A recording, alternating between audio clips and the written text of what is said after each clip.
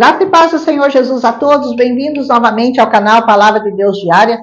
Nós estamos aqui com a gravação do capítulo 22, que na verdade é nada mais do que o livro do Código Civil que Deus estava dando àquele povo. Assim como nós temos o Código Civil que prevê todo tipo de infração, todo tipo de dano causado ao próximo, com relação a roubos, com relação a empréstimo, com relação a sedução, com relação a tudo, nós temos também o Código de Ética de Deus.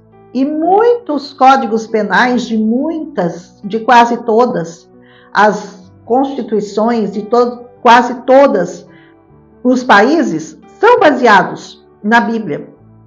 Porque Deus é perfeito e soberano. Se ele não fizesse isso, o que ia acontecer? As pessoas iam começar a se matar, né? Me roubou, vou lá e mato, porque não tem outra lei além de matar. A pessoa me enganou, me seduziu, fez isso, fez aquilo, então vamos matar. Esse seria a justiça humana. Mas Deus então deixou um código de ética para o seu povo. Olha, seu pecado é esse, a punição é essa. Se o pecado for aquele, a punição é outra. De acordo com o pecado de cada um, Deus foi dando regras de moralidade para o seu povo, regras de conduta e regras de punição para cada crime. Então ele começa com relação ao furto. Quando uma pessoa vai e furta um boi ou furta uma ovelha, mata ou vende, vai ter que restituir 5 bois para aquela pessoa. Olha como que é a matemática de Deus. Você roubou um, você vai devolver 5 vezes a quantia que você roubou para aquela pessoa. Se fosse assim hoje, muitas pessoas estariam protegidas e evitariam de roubar o próximo, né? Se ela souber que ela tem que pagar 5 vezes mais do que ela roubou, caso ela seja pega. Se for encontrado saqueando, ou se ele for ferido para que ele morra, não se derramará sangue por ele. Ou seja, se ele for pego com a boca na botija, roubando, e ele foi morto, não vai ter punição para quem o matou, não vai se derramar sangue por causa dele. Se o sol houvesse levantado sobre ele, ou seja, se for depois das 6 da tarde, derramar-se-á sangue por ele, pois ele deve fazer restituição completa. Se ele não possuir nada, será vendido pelo seu furto. Caso ele não tenha como pagar aquilo que ele roubou, então vai vender o que ele tem. E ele vai pagar tudo aquilo que ele tirou do próximo. Se um homem tiver um campo, uma vinha, e a ser comida e colocar nela seu animal, e ele for alimentar no campo do outro, então, do melhor do seu próprio campo e do melhor da sua própria vinha, ele fará restituição. Então, você tem o seu campo e você coloca o seu animal para comer a comida do campo do seu vizinho. Ele vai ter direito a usar o seu campo para poder comer o animal dele. Se por acaso acontecer um incêndio e pegar nos espinhos de modo que sejam consumidos os feixes de trigo, imagina que aconteceu um fogo acidental e queimou o trigo do vizinho, ou a seara, ou o campo. Aquele que começou o fogo vai ter que restituir tudo aquilo que o outro perdeu. Então é sempre, exceto aqui, né, furtar um boi, o resto é 1 por 1. Mas no caso de um boi e uma ovelha, 5 vezes mais do que a pessoa roubou. Se o homem entregar ao seu próximo dinheiro para guardar, vamos supor, você emprestou o dinheiro para uma pessoa para ela guardar para você. Mas essa quantia que você emprestou para a pessoa foi roubada dessa pessoa que você emprestou. Se o ladrão for encontrado, ele vai pagar o dobro, 2 vezes aquilo que ele roubou. Mas se ele não for encontrado, o dono da casa vai ter que ser levado na presença dos juízes daquela época para ver se ele colocou a mão nos bens do seu próximo, se não foi ele mesmo que usou os bens do próximo. Para todo tipo de transgressão, seja por boi, jumento, ovelha, veste, coisa perdida, qualquer coisa, aquele a quem os juízes condenarem, esse pagará em dobro o seu próximo. Então, tudo que você rouba, você devolve em dobro.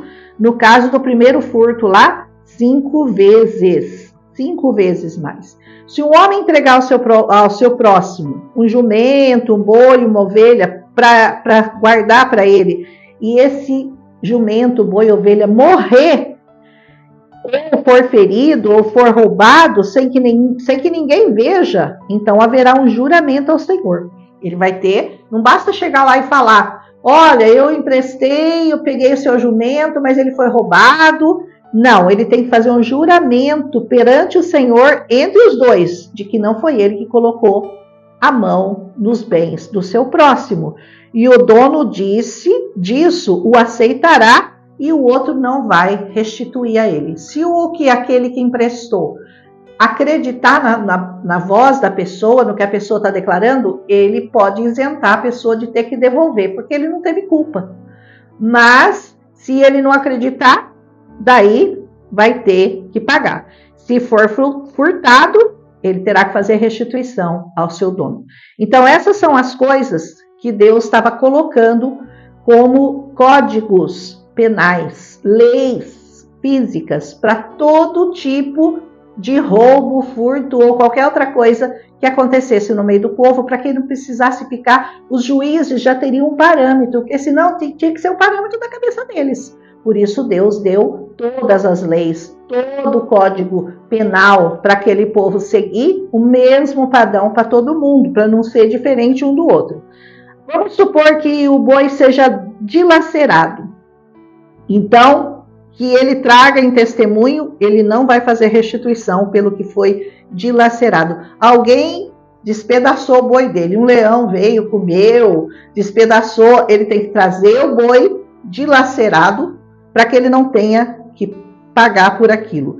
E se um homem pedir emprestado alguma coisa do seu próximo e for ferido ou morrer não estando com ele o dono, certamente ele vai fazer restituição daquilo que ele pediu emprestado.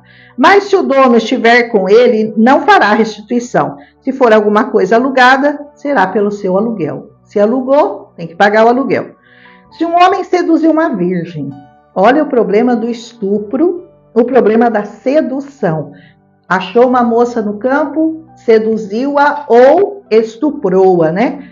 Que ela não é desposada, que não tenha marido, porque se tiver a conversa é outra, mas vamos supor que ela não tenha. E ele se deitar com ela, sabe o que ele vai ter que fazer? Vai ter que pagar um dote para ela ou tomá-la por esposa. E tomá-la, não é ou, é pagará o dote e tomará ela como esposa. E se o pai se recusar, vamos supor, o pai fala, não, com esse eu não vou deixar ela casar. Vai ter que pagar em dinheiro, conforme o preço do valor do dote das virgens. Ele tem que indenizar aquela que ele estuprou, certo? Não deixará viver uma feiticeira. Com a feiticeira não tem conversa. Hoje em dia a gente vê a pessoa falar que é feiticeiro, que é feiticeira, numa boa, né? Não acontece nada, mas a pessoa nem é morta por isso. Claro que não. Não é morta fisicamente, porque espiritualmente aqui essa palavra já diz que já está morto. Para Deus, já morreu. A feiticeira, o feiticeiro, esses você não deixará viver. Você vê que é um crime mais sério do que roubo, do que estupro, é a feitiçaria. É uma coisa muito séria. Todo aquele que se deitar com um animal, tem pessoas hoje, né, que até fazem esse tipo de coisa, sexo, sei lá, tinha que ser morto. Não tinha perdão. Pegou fazendo sexo com um animal, morte para ele. E outro que sacrificar a qualquer Deus que não seja o Senhor, será totalmente destruído. Veja a seriedade da idolatria, de você adorar ou de você dar honra, dar glória a qualquer outro Deus ou deusa que não seja o Senhor. Destruído, Deus diz. Deus, você fez reverência, você se dobrou a um Deus que eu não mandei você se dobrar, a uma deusa, ou um santo, ou sei lá o quê, que você só pode honra, glória, louvor, é só o Senhor. O Senhor não perdoa. Esse é um tipo de pecado que as pessoas não acham que é muito grave, mas é gravíssimo. É mais grave do que roubar, do que estuprar. É você dar honra e glória a um Deus que não seja o único Deus verdadeiro. Não pode afligir o estrangeiro que chega na sua casa. Sabe por que Deus colocou essa lei? Porque nós somos os estrangeiros.